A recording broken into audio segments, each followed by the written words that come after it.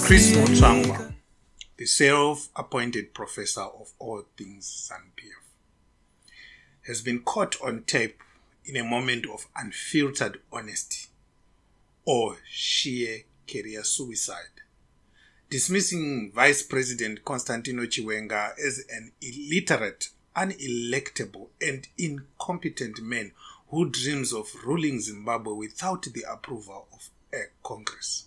The audio, now making rounds faster than a government convoy avoiding potholes, lays bare the deepening cracks within the ruling party as the warlords turned politicians prepare for an inevitable showdown. For years now, ZANU-PF has been a party held together not by ideology or policy, but by sheer self-interest. And the moment that interests no longer align, the backstabbing begins. Mutsvangwa's remarks have exposed just how fragile this so-called revolutionary movement really is, where alliances are as stable as the country's electricity supply, always on the verge of total collapse. It's almost poetic, in a tragic way, that the party that once preached unity and discipline has now degenerated into a collection of power-hungry individuals who would rather destroy each other than step aside for the good of the nation. If Zimbabwe were a reality show, ZANU-PF would be the dysfunctional family that makes everyone else feel better about their own problems. But here's the real kicker. Mutsvangwa's reckless mouth may have just signed his own political death warrant. Let's hear what Mutsvangwa is alleged to have said in the audio. So, in terms of in terms of direction, where do things go for us? We're going for he wants, this guy wanted to be anointed to president, a successor of president. So you want to remove the president, but that's also to remove anoint. How do you do that? You are squaring a circle. Yeah, Mugabe to nominate. I'll give you my number 2. Number 1, this time I would know. We must go for elections. Well, that's normal for a democratic party. Now, can you imagine? Half of the electorate are women in this country, more than half. Yeah. And you have decapitated the lips of your former wife through cruelty, and you are refusing to see your children, including Wakawe and Ayekwauri. And you are number 1, akada kumuita pardon or amite onoramba utanza, you can't do that. So he reeks of cruelty against all women in the country. Iwo wakamboda kuti amai vako kana vakaita kufambi kana huri wakamboda kuti munhu kana zvinonzizamura amai vako kumombe unozviziva. So he can't win, but he wants, so he doesn't want the elections. Saka president wavamita upend vataura kuti tiri kuenda kucongress. Can you go and sell yourself to the electorate, to the party electorate? You own a baggage yakadaro. Then remember, and I'm going to be candid with you. If you want to know the Shona person who are not going to watch Koro, we see the error pamberi paki.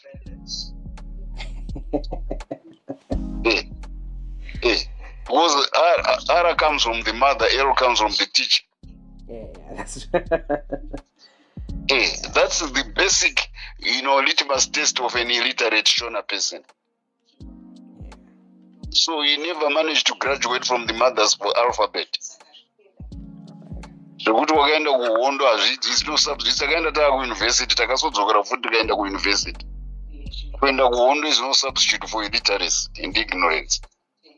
Yeah. Okay. All right. Yeah. So it's just these are the things which and you were commanding an army by contrivance. Uri illiterate, army yevana vakaenda vachibva kuTegwani, vachibva kwaTsambe, vachibva kwaMukaro, vachibva kuSairini. These are the people who fought wodzoka woenda kuchikoro vapona hondo wopedzera wakuita commander wave iwewo. How do you command such an erudite and educated army iwori illiterate?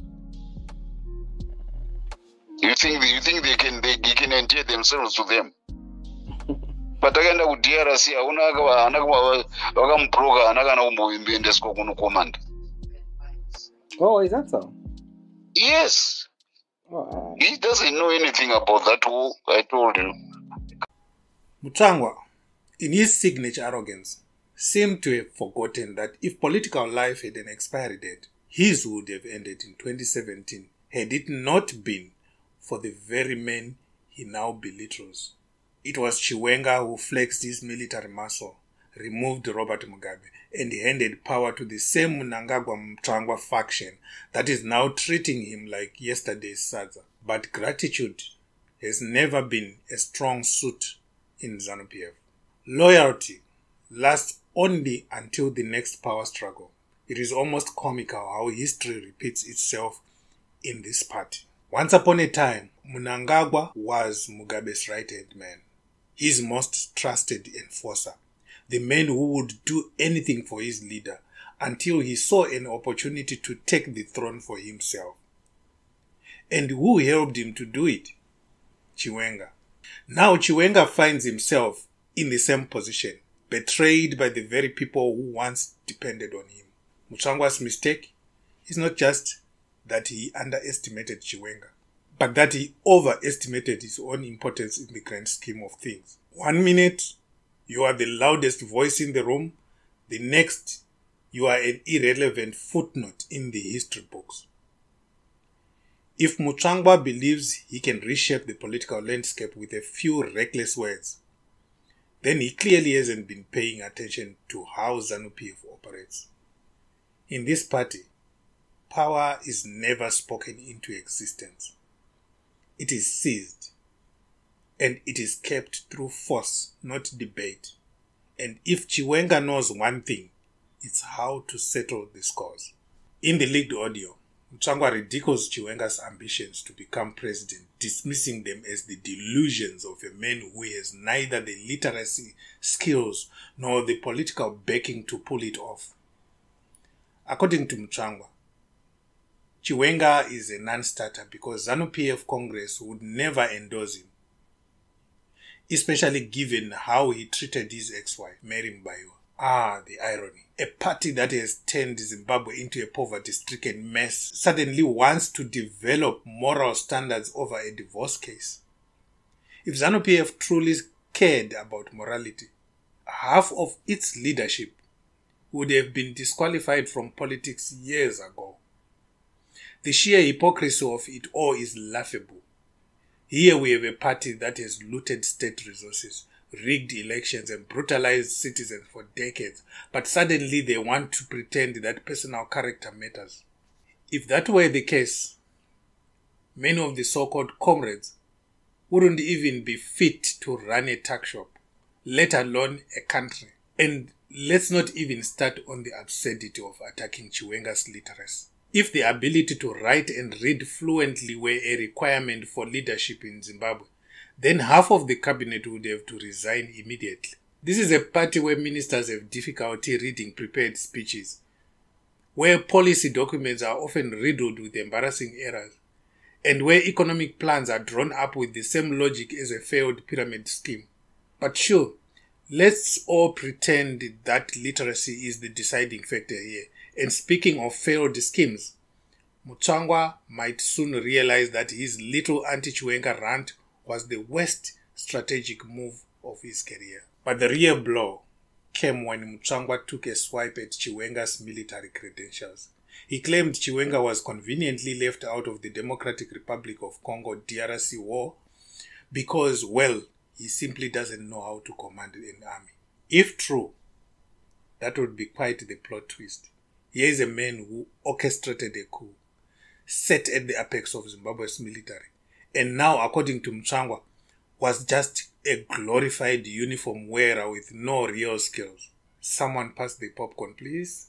And while I'm getting this popcorn, please note that all the music that you hear playing on this channel and in any of the news commentaries that we do here are available for free to download on our Telegram channel.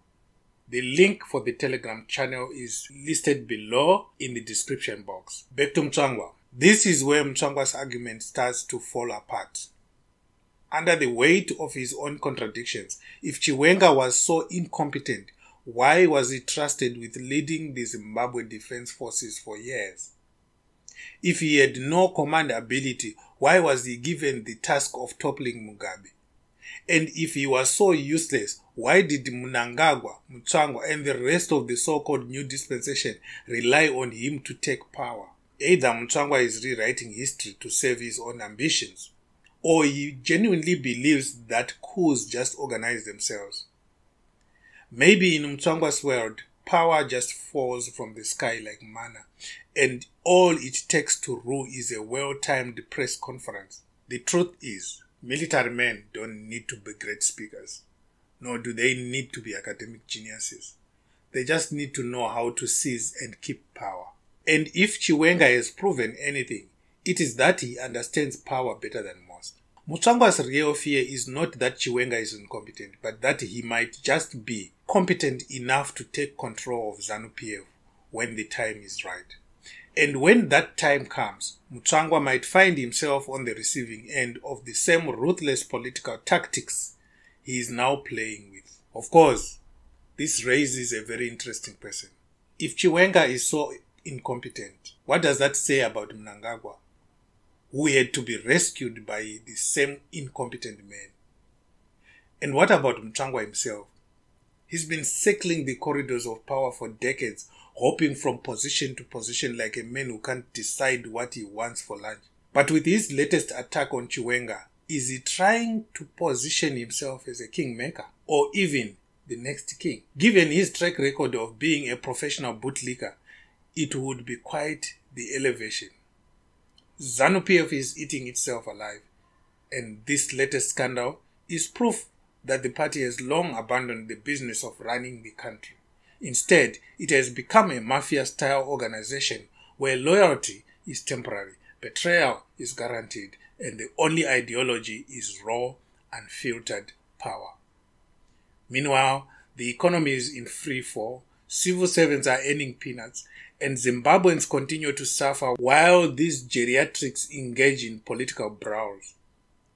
This is the reality of Zimbabwean politics, a never-ending cycle of infighting where the people are nothing more than spectators watching a tragic play unfold. And yet, somehow, these leaders expect to be taken seriously.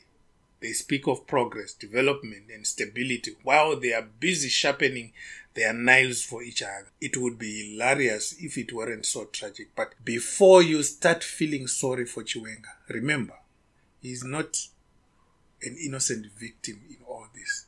As for Chiwenga, will he retaliate?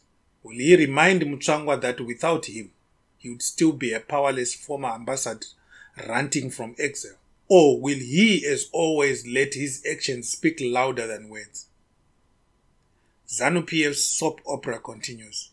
And as always, the people of Zimbabwe remain the unfortunate audience. If there's one thing Zimbabweans have learned, it's that the party is like a snake constantly shedding its skin.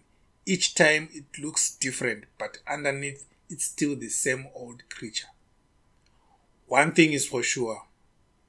If you are not subscribed to Zimwaves TV yet, you are missing out on the real stories behind Zimbabwe's political circus. Hit that subscribe button and stay ahead of the drama, because trust me, the best episodes are yet to come.